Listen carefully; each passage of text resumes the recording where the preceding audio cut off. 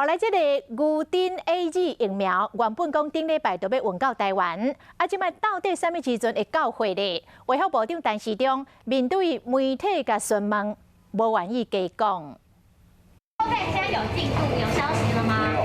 无就是无，卫生部长陈时中面对疫苗的问题，无想要加讲。希望 AZ 疫苗即马也未到货，不过同款拢互大家伫咧注意，因为侪伙人做 AZ 疫苗也无完整的报告。德国、加拿大即马无规划互65岁以上的人先做，不过英国所发现侪伙人伫咧做了后，会当降低重症的镜头。疫苗在65岁以上长者的研究其实是比较少，目前也没有全面公布。从目前的结果看起来，预防重症似乎跟其他疫苗不会差太多哦。那至于轻症跟中度的呢，现在就不清楚。